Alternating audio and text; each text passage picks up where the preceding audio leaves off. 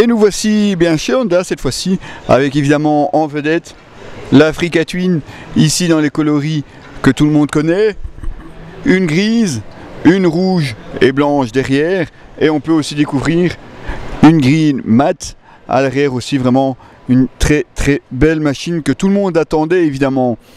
Imaginez-vous un moteur fabuleux, enfin du moins à ce qu'on dit, on vous en dira plus quand on l'essayera, mais une moto très complète qu'on peut en plus avoir avec la boîte DCT.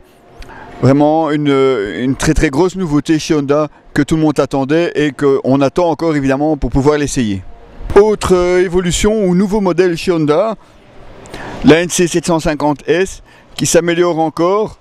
Pas mal de points qui ont été changés sur cette moto et probablement aussi un essai que vous verrez sur le site.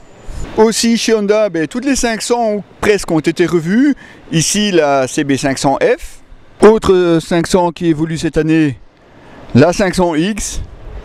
Et franchement côté look, ils ne sont pas privés chez Honda. Franchement, elle est vraiment une très belle machine.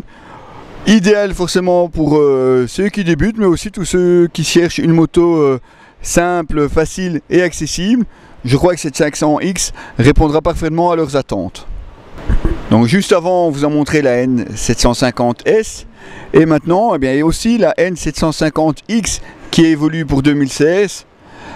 Aussi toute une foule de détails, mais ici comme vous pouvez la voir, ici en gris et noir, en version complètement équipée, valise et top case, mais il n'y a pas que ça qui change, pas mal d'évolutions aussi sur ce modèle pour 2016.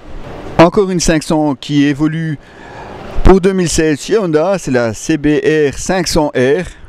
Et franchement, quand on voit le look de cette machine, difficile de penser que ce n'est qu'une 500 et qu'on pourrait la dire presque accessible à tous. Vraiment un très beau design. On continue sur le stand de Honda avec cette fois-ci les CBR 650F.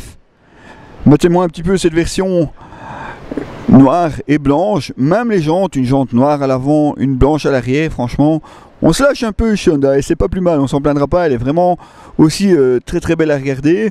Et juste derrière, forcément en coloris Repsol, la CBR Fireblade, donc la 1000, et juste derrière la 600RR. Et oui, le sport chez Honda on connaît, on ne l'oublie pas, mais franchement on a aussi des machines très accessibles, de quoi donner envie même à quelqu'un qui commence et qui veut rouler en sportif, et bien forcément de rouler en Honda. Et pour terminer chez Honda, une nouvelle évolution de l'Integra, ce moto-scooter comme on pourrait l'appeler, qui hérite donc d'une série d'évolutions pour 2016.